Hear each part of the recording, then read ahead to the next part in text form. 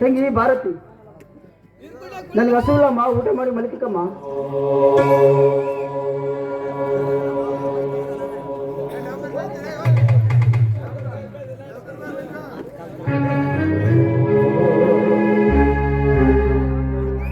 ಯಾಕಣ್ಣ ಮಂಕನಾಗಿ ನಿಂತು ಕಣ್ಣೀರು ಸುರಿಸುತ್ತಾ ನಿಂತಿರುವೆ?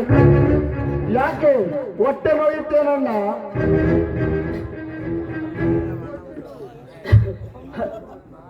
ತಮ್ಮ ಪಾರ್ಥ, ಹೊಟ್ಟೆಗೆ ನೋವುದಲ್ಲಿ ಬಡತನ ಎಂಬುದು ಮೂಲ ದೊಡ್ಡದಾಗೋಯ್ತಪ್ಪ. ಬಡತನ ಎಂಬುದು ಮೂಲ ದೊಡ್ಡವಾಗೈತು. ಈಗಿನ ಜನರು, ಈ ಸಮಾಜದಲ್ಲಿ ಈಗಿನ ಜನರು ಬಾಯಿಗೆ ಬಂದಷ್ಟು ಕೀಳಾಗಿ ಕೇಳ್ತಾರಪ್ಪ. ಬಾಯಿಗೆ ಬಂದಷ್ಟು ಕೀಳಾಗಿ. ಅಣ್ಣ, ನೀನೇನು ಚಿಂತಿಸಿದಿರಣ್ಣ ಈ ಸಮಾಜದ ಬಗ್ಗೆ? ನೋಡ ತಾಯಿಯರು, ಇದೇ ಸಮಾಜದಲ್ಲಿ ನನ್ನ ತಂಗಿಗೆ ಒಂದು ಒಳ್ಳೆಯ ಕಡೆಯವರ ಗುರುತಿಸಿ ಇದೇ ಊರಿನ ಜನರ ಮುಂದೆ ನನ್ನ ತಂಗಿಯ ಕೊರಳಿಗೆ ಮಾಂಗಲ್ಯದ ಸರ ಕಟ್ಟುವ ಶ್ರೀರಾಮನನ್ನು ಹುಡುಕಿಕೊಂಡು ಬರುತ್ತೇನೆ.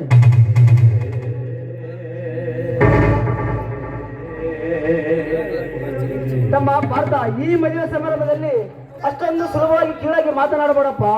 ಈಗಿನ ಜನರು ಬಾಯಿಗೆ ಬಂದಷ್ಟು ಕೇಳ್ತಾರಪ್ಪ. ಈಗಿನ ಜನರು ಬಾಯಿಗೆ ಬಂದಷ್ಟು ಕೇಳ್ತಾರ. ಅಣ್ಣ, ಎಲ್ಲ ವಿಧಿಯ ಲಿಖಿತ. ಅವನು ಆಡಿಸಿದ ಬೊಂಬೆಯಂತೆ ಆಡುವುದು ಈ ಜಗದ ನಿಯಮ. ನಮ್ಮ ಕಷ್ಟಕ್ಕೆ ಆ ದೇವನೇ ಸಾಕ್ಷಿಯಾಗಬೇಕು. ಅಣ್ಣ, ಈ ನನ್ನ ಅಣ್ಣನ ಪರಿಸ್ಥಿತಿಗೆ ಯಾರು ಕಾರಣವೆಂದು ತಿಳಿದುಕೊಳ್ಳಬಹುದೇ? ತಮ್ಮ ಪಾರ್ಥ, ಏನಂತ ಹೇಳಲಪ್ಪ, ಏನಂತ ಹೇಳಲೆ? ಈ ಊರಿಗೆ ವಾರತನ ಹಿಡಿದ ನಡೀತಿರುವ ಆ ನಾಗಪ್ಪನನ್ನು ತನ ಇದ್ದ ನಮ್ಮ 4 ಎಕರೆ ಗದ್ದೆಯನ್ನು ಹೆಸರಿಗೆ ಮಾಡೋದನಪ್ಪ, ಹೆಸರಿಗೆ ಮಾಡೋದ. ನೀನು ನಿರಾಕರಿಸಿದ್ದರೆ ನಿನ್ನ ಪ್ರಾಣಗಳನ್ನು ಚುಚ್ಚಿ ಸೊಕ್ಕಿನ ಮಾತನಾಡಿ ಹೋದನಪ್ಪ, ಸೊಕ್ಕಿನ ಮಾತನಾಡಿ ಹೋದ. ಅಲ್ಲ, ಯಾರೆಂದು ಹೇಳಣ್ಣ ಈ ಪಾಪಿಗೆ ನಿಜವಾದ ಸಂಗಾತಿ ಏನೆಂದು ಹೇಳಲೇಬೇಕಣ್ಣ. ಇಲ್ಲದಿದ್ದರೆ ನನ್ನ ಮೇಲಾನೆ. ಪಾರ್ಥ, ಯಾಕಪ್ಪ ಇಷ್ಟೊಂದು ಅಟಸಿತ್ತಿರುವ? ಈ ಪಾಪಿಗಳು ಮಾಡಿದ ಕಂಡು ನೋಡಿ ಕಳ್ಳು ಕಿತ್ತುಕೊಂಡು ಸಂಕಟ ಬಂತಪ್ಪ. ಕಳ್ಳು ಕಿತ್ತುಕೊಂಡು ಸಂಕಟ ಬಂತು.